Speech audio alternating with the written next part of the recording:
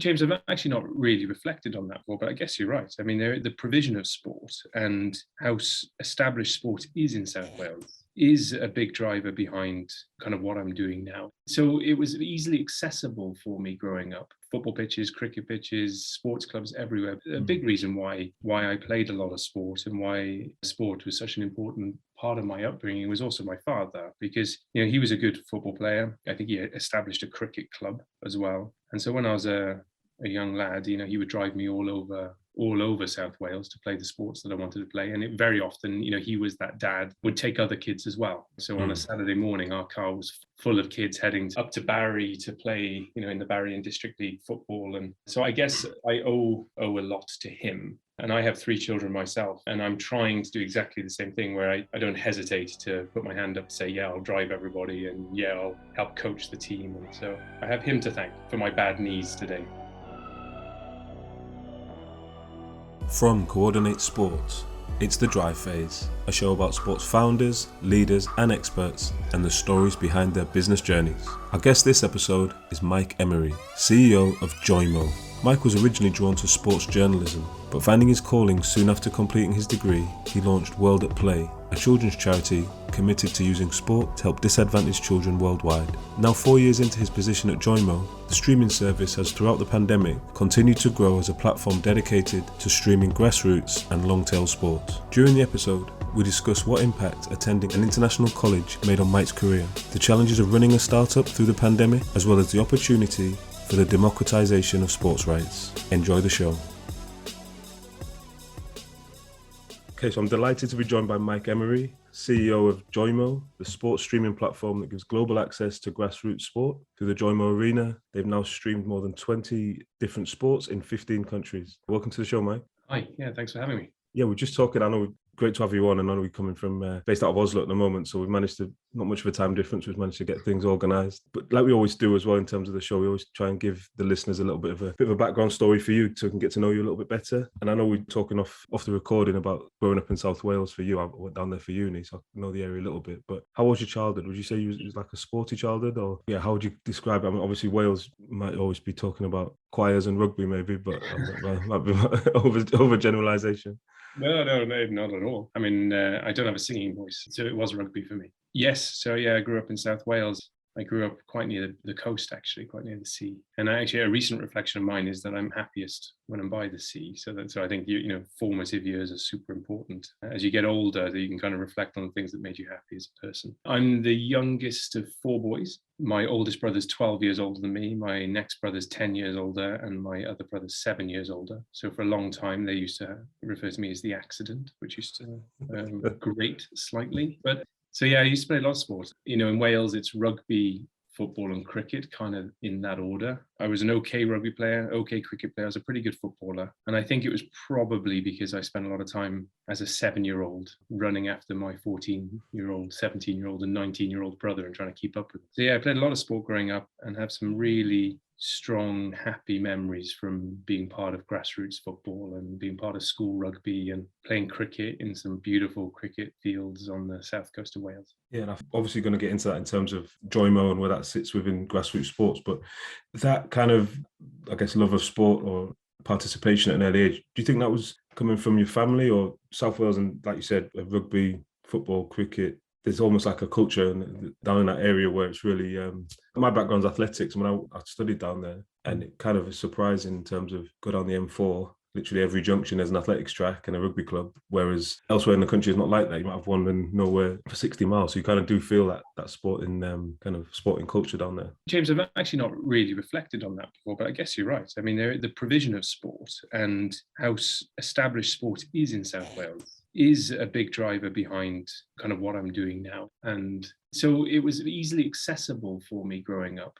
Football pitches, cricket pitches, sports clubs everywhere. A big reason why I played a lot of sport and why sport was such an important part of my upbringing was also my father, because he was a good football player. I think he established a cricket club as well. And so when I was a young lad, he would drive me all over all over South Wales to play the sports that I wanted to play. And it very often, he was that dad that would take other kids as well, right? So on a Saturday morning, our car was full of kids heading up to Barry to play, in the Barry and District League football. And so I guess I owe, well, I know I do, I know owe a lot to him. And I have 3 children myself, and I'm trying to do exactly the same thing where I don't hesitate to put my hand up and say, yeah, I'll drive everybody, and yeah, I'll help coach the team and so on. So I have him to thank for my bad knees today, I guess. Well, in terms of school life, what was school and PE like for you growing up? Did you have any kind of, obviously your father, but any of the role models, or was it kind of older brothers as well? I'm assuming that was really competitive environment, or did you have any teachers who kind of stood out and kind of spurred you on or inspired you?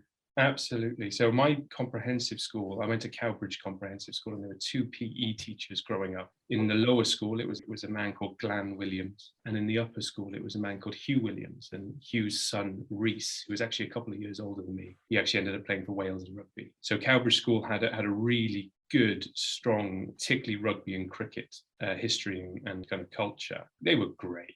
I mean, they were great men. I remember when my grandfather passed away, I remember one of my strongest memories is Glenn Williams, my PE teacher, coming up and putting an arm around me and asking me if I was okay. He went a little bit beyond what a normal teacher does. But I remember I was very good at football. I was the captain of the football team. And after a while, I was like, well, I'm not sure I'm enjoying rugby anymore, getting battered every time I play, because I wasn't one of the big ones. And I said to Hugh Williams, I said, Hugh, I think I might actually, or sir, I think I might drop rugby if that's okay. And he said, no problem, Mike, but then we won't pick you for the football team. I was like, oh, right, now I know of the school. It's rugby first, football second. But I had a really lovely kind of school childhood, as it were, in sport, because the school was so good at pushing kids into sport and then supporting them in sport. And in terms of like leaving school into college, I know you didn't kind of follow maybe the traditional route. Was it an international school you went to at that point? Yeah, that's right. So I finished my GCSEs, and then I made the decision to go to a school called Atlantic College, which is part of a group of schools called the United World Colleges.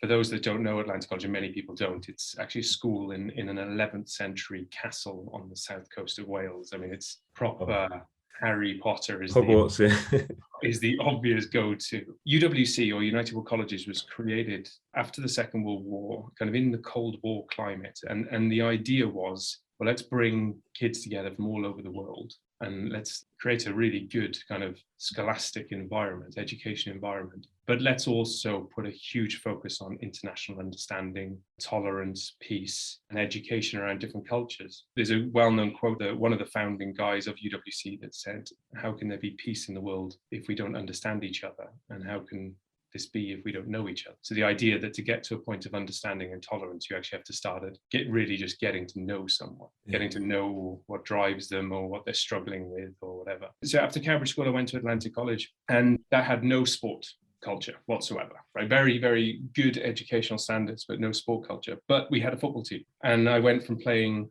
Basically, I became the captain of that team, and we were an international side, right? So we had a guy from Japan, a guy from South Africa, some Norwegians, some Spanish. Mike, sorry to interrupt, just on the pathway to listen, might be interesting in terms of that decision at 16 to kind of, I'm assuming, maybe tell me if I'm wrong, I'm assuming you kind of left your friendship group predominantly maybe and stepped out of the kind of status quo as such, or made that decision. Obviously looking at it now as an adult, you think, oh, that's amazing. You definitely want that type of, as you were listening to the college, looking at it, you think, oh yeah, I would definitely go there. But at 16, making that decision, was it one that you maybe parents had put as brought forward? It does seem that you had a lot of foresight at that point to make that decision, and then obviously it would have impacted your career, I suppose, from there. Do you know what? My mum and dad never really put pressure on us to do anything like that. So when it came to university choices, we all as a group of boys made our own choices, and they supported us. And the same with this decision to go from my friendship group in Cowbridge School, and instead of going to A-levels in Cowbridge, to this decision was mine. And it came from, I read lots about the school because it was kind of relatively well known in the area, and I had the opportunity to meet some former students of the school, and I thought that's something that I really want. It wasn't easy. You had to apply and go through an interview process, and then it also wasn't easy starting either. But I do reflect back on that decision as a real turning, but not turning, like a crossroads that like a sliding doors moment kind of thing. I'm really happy that I took that decision, not least because actually my wife and I studied together, right? So I met my wife there, but we ended up dating a little bit later. So, my children and my family life now is a product of that decision. But also everything that I've done after that has in some way, shape or form been influenced by that, by the people that I met and the ideals that were instilled in us there. So yeah, I'm very happy I took that decision. Yeah, for sure. And sorry, I interrupted you when you're talking about the football team at the time. Yeah, no, I was just actually, it really links to what we were just talking about then, because it wasn't easy to settle in. Suddenly I was with I was in a big pond and I was a very small fish. I mean, there were some really, really smart, brilliant kids there, and I was a Welsh lad who could play football, but I became the captain of the football team, and that really gave me my place. So sport helped me gain confidence in that school. So we started playing then in the Bridgend League. So we were traveling as a group of 17-year-old lads up into the valleys in Wales to play against teams, and we have some phenomenal memories, and largely we were welcomed wherever we went. It was a really good period of my life playing football there, but it was more that when I needed it, sport was there, right? Like I needed to feel some confidence because I'd lost it when I first started in the school, and sport was there to give me confidence. So Norwegians often talk about what's like a rød tråd, which basically means a red thread through someone's life. And it's kind of like something core which either helps define that person or their journey. And for me, whilst I never kind of really excelled at sport has always been there at the right time. Yeah, for sure. And in terms of football at that time, did you go on to play semi-pro, or you said Barry Town? Yeah, previously? I did. So I went from Atlantic College, and then I went to Warwick University, and I joined the football team, and Warwick firsts, which I really enjoyed. And then I decided when I left university, I was actually going to go to Cardiff as well to do journalism at their journalism school. But then I decided to create a children's charity instead. And then whilst I was setting up that children's charity, I needed to make a bit of money. So I worked for an office stationery company selling pens and paper, but I also then played for Barry Town. Nice. We'll circle back on the charity. I just got a question about Barry Town. Is this during the John Fashanu era? Was he the manager down there this time? No, it wasn't. So this was I joined at the worst possible time, right? So the club I joined, Kenny Brown signed me. I did a trial in the summer of 2003, I guess it was. And Kenny Brown signed me. Then the club went into administration, and then the manager was a guy called David Hughes that I think used to play at Aston Villa with Gareth Southgate. Yeah, it was great. It was good fun. I really enjoyed it. And then I got injured, and then I lost half of the season. But I mean, the real exciting thing about it was that I ended up in Championship Manager 2003 to 2004 season. Oh, nice. Yeah, you could buy me. Wayne Rooney had a potential rating of 200, and I had a potential rating of 34, which... was that fair at the time? No, yeah, that was absolutely fair. Because obviously Wayne Rooney went on to great stuff, and I did not. No, great. Sorry, that was just me being curious about Barry Town. But charity, just before that, I'm curious about your decision. Obviously, you've gone to university, I'm assuming with the intention of becoming a journalist or getting into journalism. Then there's obviously a switch or a trigger for you to say, right, I'm not going to pursue that. I'm going to launch this charity. And a big decision straight out of university, I'm assuming and we'll get into startups and all the challenges around that. But yeah, I'm just curious on that kind of the mindset at the time and how you got to that decision.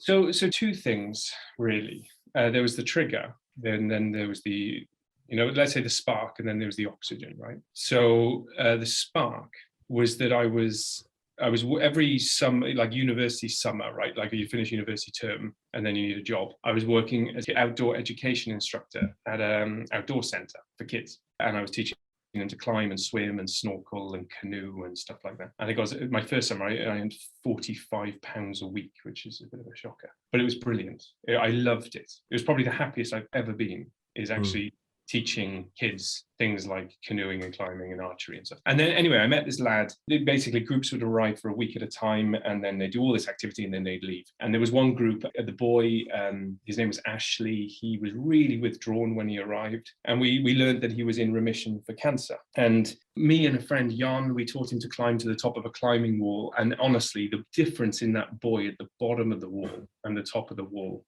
was huge. Right, like in Norwegian they call it mestringsfølelse, which basically means like sense of achievement. He achieved something, and he just opened up. And he said to him at the end of the week, he said to my friend Jan, he said, "Oh, this has been the best week of my life." And then, unfortunately, we learned about 6 months later that he died. And I remember that as I was 20, 21 years old, and that really impacted me. And I was like, how can I then stop doing that thing that I did knowing that it did something so positive for someone. So that was the spark. And the oxygen was that I went to my dad and I said, Dad, I don't think I'm going to do School of Journalism, actually. I don't want to become a sports journalist. I want to create a charity instead. And that charity, I want to basically focus around sport and play. And I want to focus on kids that maybe don't have access to it and see if that can make a difference. And instead of him saying, what are you doing, boy?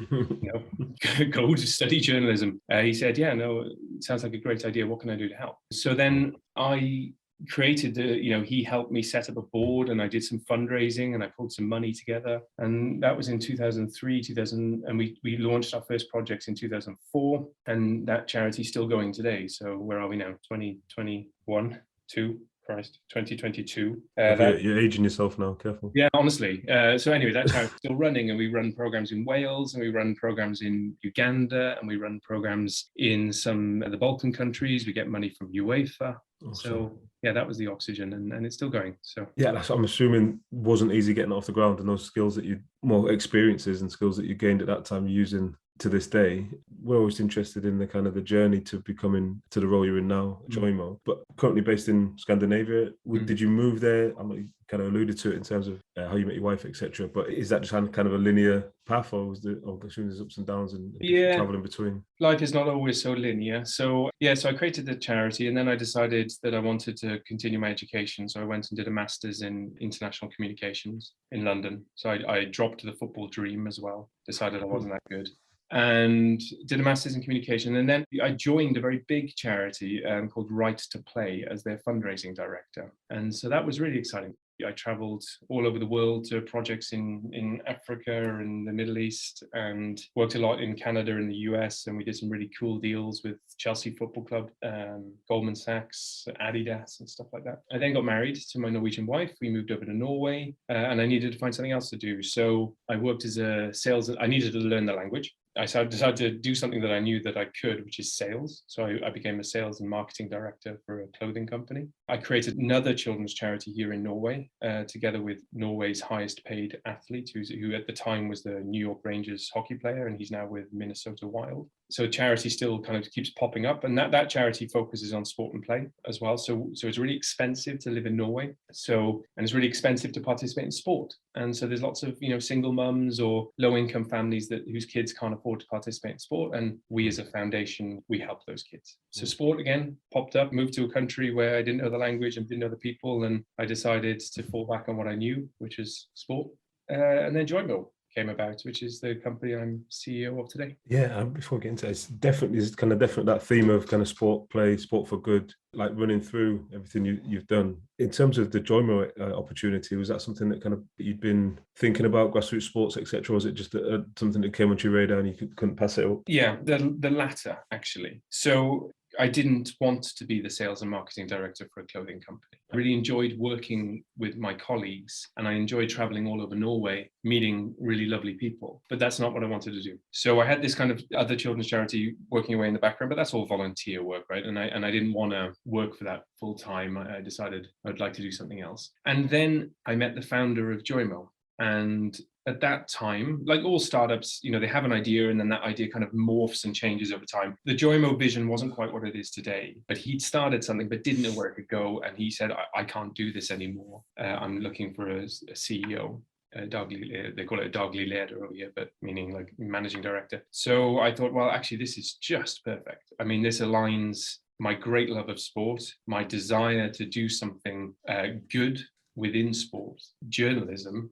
Right, so go back to my very roots of broadcasting. Yeah, exactly. Yeah, exactly. And my master's in communications, and I was like, I mean, I'm assuming you must have seen. Obviously, I don't know what it looked like at the time when you first got involved, but you must have seen the product, and then light bulbs going off, and it's plugging into everything you've seen in your career so far, like obviously the grassroots sports and bringing people together across, and even in your own life, I'm assuming with your kids and your family, parents being back in South Wales.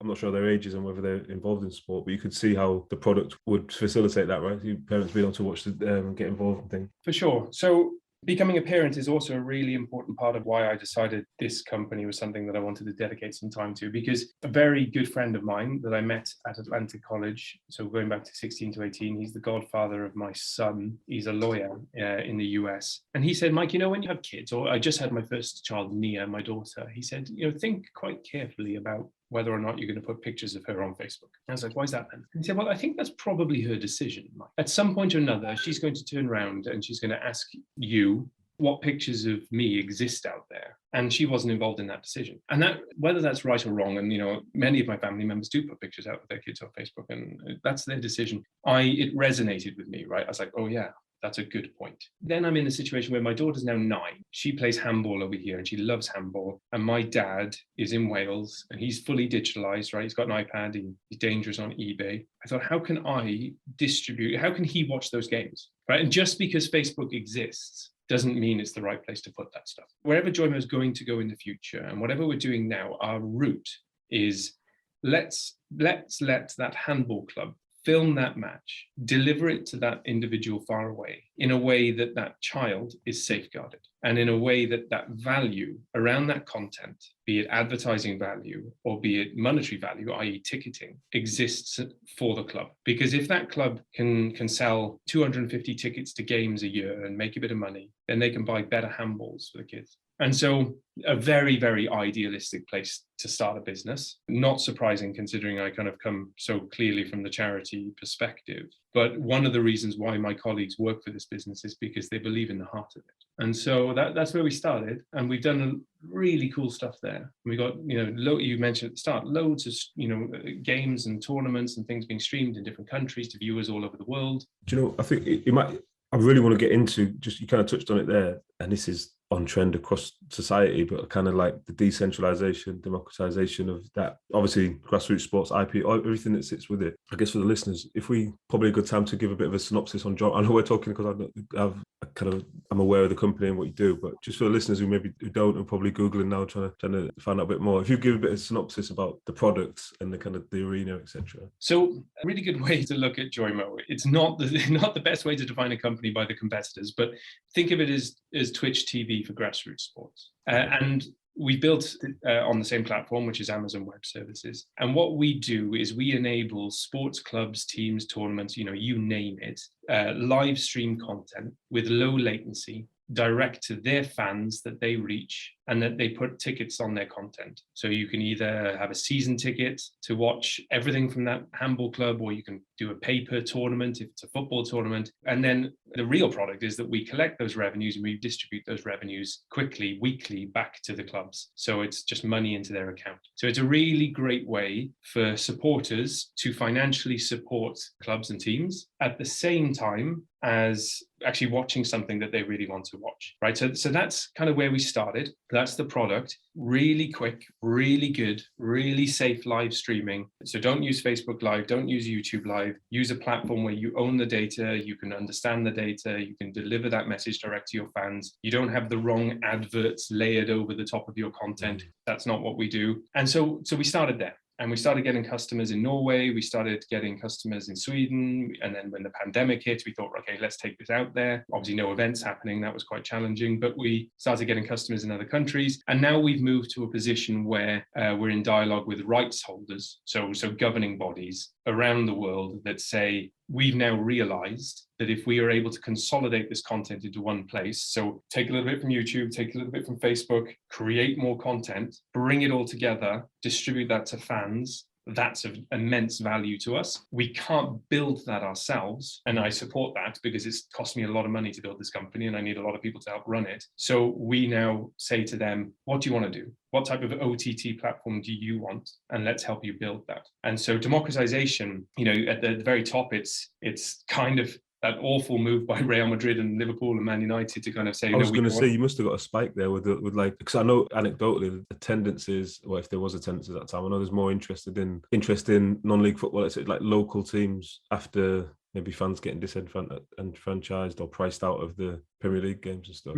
Did you see a spike at that time, or was it more like an attitude? It raised the conversation. They did it in a really bad way, but it raised the conversation, which is that Man United and Liverpool. But the point is, the further down the pyramid you go, the less rights sale to the big media players doesn't make as much sense. You're kind of stuck on Sky Sports 4 at 1 o'clock in the afternoon on a Wednesday. That's exactly. So your model, that kind of almost like the Patreon model as well. Like you only need that, whatever it is, 1,000 core fans make a huge difference at that point, don't they? In terms Absolutely, of absolutely. So I'm not going to name a customer. I'm just going to choose a governing body at random. But let's take the German Handball Federation. Instead of getting a poor rights deal and then put on the graveyard shift on a media channel, they could take all that content and they could start distributing that content themselves on their own platform to their fans. And what's happened is OTT was a really big subject in around 2019. But what that was really about then was, oh, hang on a second, there's 11 and there's DAZN and these guys. So that's just someone else that can take our content. Super. But we're saying for the underserved sports and the under broadcasted sports, the basketballs and the fencings and the judos and the weightliftings and things like that, let's give you the platform that you want. And it's doable and manageable. And if you look far enough ahead, owning the dialogue with your fans, owning the income from your fans, which is effectively what Man United is struggling with, is going to be very valuable for you. So it's, whilst our heart is the same and our core values are the same, and the people here are here because of those core values, so I think we're a really nice company to work with. We've realized that we can operate at a bigger level in a bigger space and deliver something really exciting. Yeah. Are you currently, it's out of curiosity, I guess, in terms of what's being streamed, are you seeing that it's purely the competition side, or is it more, let's say, editorial sorts of lifestyle, behind the scenes, all the kind of all or nothing documentary stuff, any of those type of things people creating, or is it just purely the highlights and the live game? Yeah, no, brilliant question, James. No, so at the moment it's the live stuff, right? But the argument that we're making to these customers is the more content you put there of interest to the fans, the more valuable your brand is going to be in the dialogue, and the more the engagement just go through the roof, doesn't it? Exactly. And they'll be more loyal to you. The one thing that we have written here in the office is basically, fan passion is fan passion. So regardless of whether you're a 75-year-old Welsh man supporting a Norwegian handball team and the girls are aged 9, or whether you're supporting Manchester United, to use that example again, passion is passion. And he wants them to win. And he wants to watch that. And he wants the participants to enjoy themselves. And he wants a lot of the same stuff that fan passion at the elite level wants, but he's underserved. And that's very much the case when you get to the long tail. So when you take, I'm going to name another non-customer, but let's take American weightlifting. Then the fans of weightlifting are fans. They want to consume that content, but they probably don't want to do it on YouTube where you're interrupted with a cat food advert. Yeah, that's true.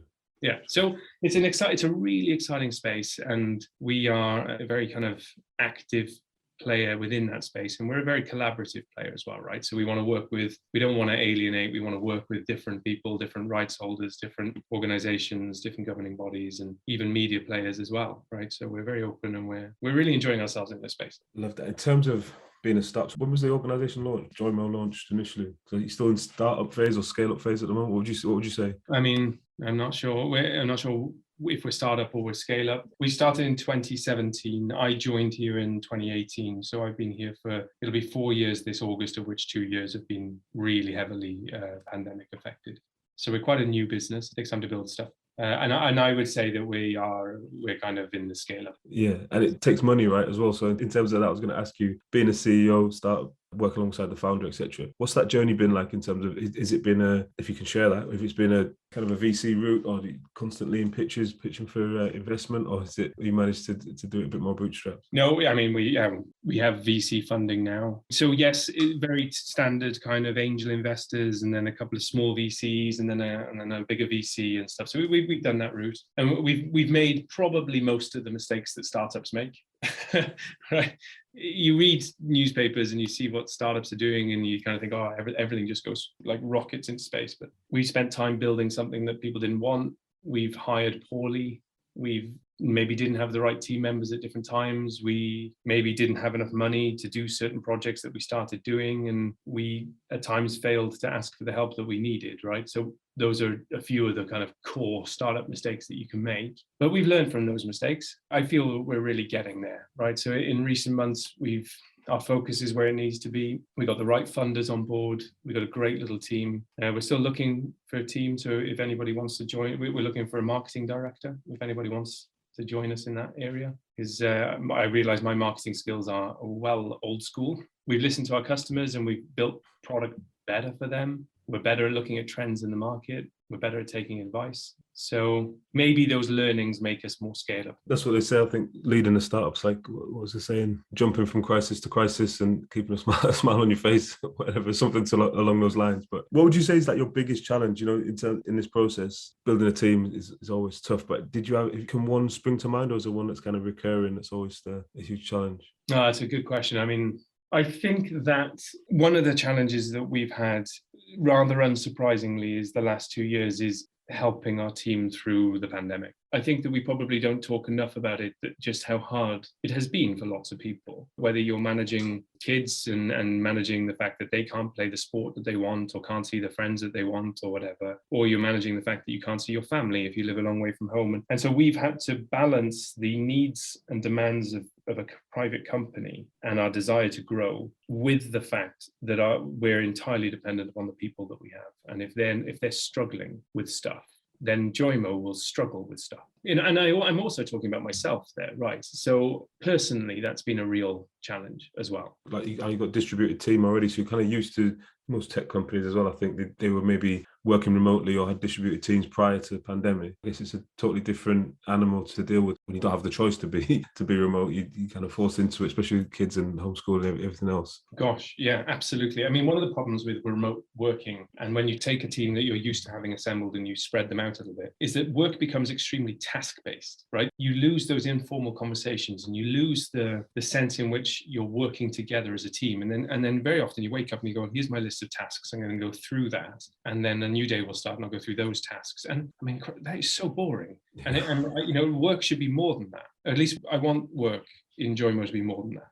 And when you're a startup and you're trying to figure things out, you can't just be task-based. So that is a real challenge that we have in the business, is how do we make this work fun, collaborative, that people feel involved and invested at the same time as managing now a slightly more dispersed workforce, and also a workforce that probably is a little bit traumatized, right? Like it has been a really tough couple of years for people. Like there's a lot of insecurity that people are feeling. So, and we've basically, I mean, whether we're lucky or unlucky, I can't quite figure it out. We've tried to do the scaling and the growing and the building at the same time as the pandemic, and that is challenging. Sure. I'm just curious in terms of that, trying to build that culture remotely. Are you using just the standard tools that everyone else uses, or just trying to see if there's anything everyone's missed? Is it kind of that kind of obviously Zoom, Slack, all those type of channels? Is that what you're using?